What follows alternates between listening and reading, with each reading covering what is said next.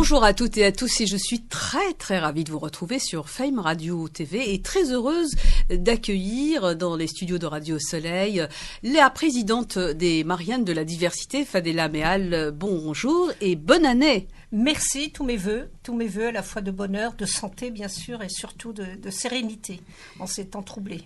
C'est une élue de Paris, elle est vice-présidente de l'Institut Robert Schuman et elle est la fondatrice et elle préside l'association des Mariannes de la Diversité, une association qu'on ne présente plus puisque il y a eu différents événements qui ont été organisés mais haut la main avec de haute qualité justement en termes de prestations mais en termes de résultats et vous allez le voir justement à travers le Tour de France.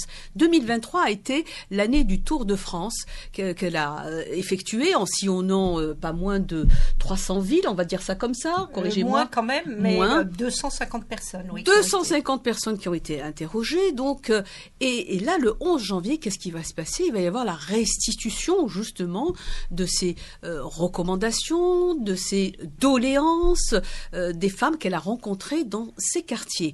Pourquoi, Fadela Mehal, un tour de France? Pourquoi dans les quartiers populaires? Et pourquoi avoir ciblé également des femmes?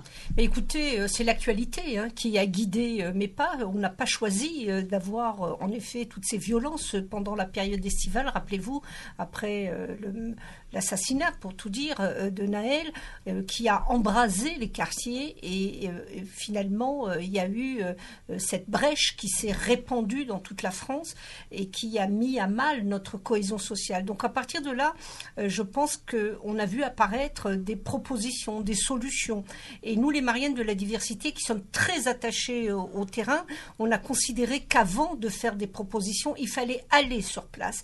C'était pas du tout prévu dans notre programmation, donc on a commencé comme ça le 15 juillet, juste après ces violences.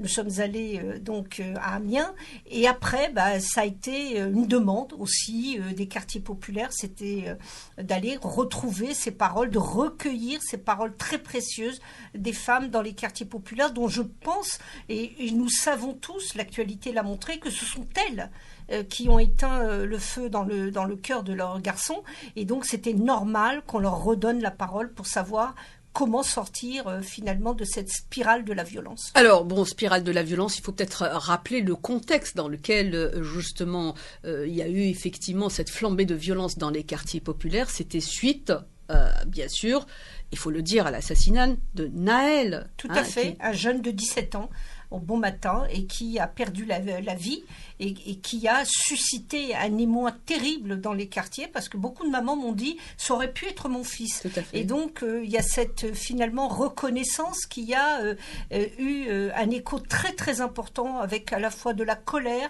de la tristesse aussi, mais aussi un peu de honte après avec toutes les violences qui ont suivi. Alors, l'école, la sécurité, l'échec scolaire, le rôle des parents. Vous avez passé en revue toutes ces questions avec justement les mamans, mais pas que vous avez rencontrées. Et vous allez restituer toutes ces doléances le 11 janvier en présence, tout à fait, en présence d'éminents politiques. Qu'est-ce que vous attendez des politiques, chère Fadela? Écoutez, d'abord, je voulais que cette parole soit entendue, qu'elle soit reçue et que ça ne soit pas simplement, parce que c'est vrai qu'on a toujours tort d'assimiler les quartiers populaires à de l'assistanat, du misérabilisme. Je voulais aussi que ces femmes soient porteuses d'avenir et porteuses de propositions. C'est de propositions dont il s'agira pour finalement résoudre, ou du moins en tout cas atténuer la violence et faire en sorte que la paix dans les quartiers. Et vous savez, on est dans un contexte aussi international où la tentation de la violence est très forte avec l'exportation de conflits de l'extérieur. Et donc, ces propositions, il y en a 18. Vous l'avez cité, les thématiques qui ont été retenues.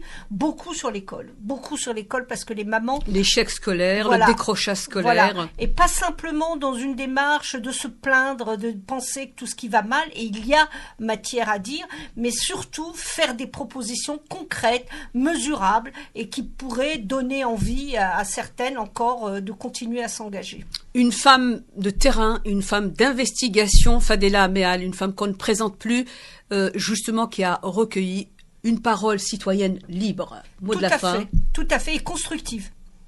et une parole constructive. Voilà, vous aurez l'occasion de découvrir... Peut-être dire le lieu où ça se passera, c'est à l'hôtel de l'Industrie, 4 places de Saint-Germain-des-Prés. On n'a pas l'habitude de voir les quartiers populaires à Saint-Germain-des-Prés, mais je crois que c'est aussi un clin d'œil pour montrer qu'il n'y a aucun lieu qui n'est interdit aux populations des quartiers populaires. Et bien entendu, nous aurons l'occasion de couvrir l'événement Plus que Fame. Radio TV est partenaire de cet événement et vous aurez l'occasion de découvrir bien sûr les doléances, les revendications et on espère aussi les propositions du nouveau gouvernement. Merci à vous, chère Fadela, d'être venue. Merci Nadia, toujours à nos côtés pour cette longue marche de la citoyenneté. Merci à vous, amis auditeurs et téléspectateurs. Merci à Mourad et à Nawel pour la réalisation et on espère vous retrouver très très vite sur Fame Radio TV.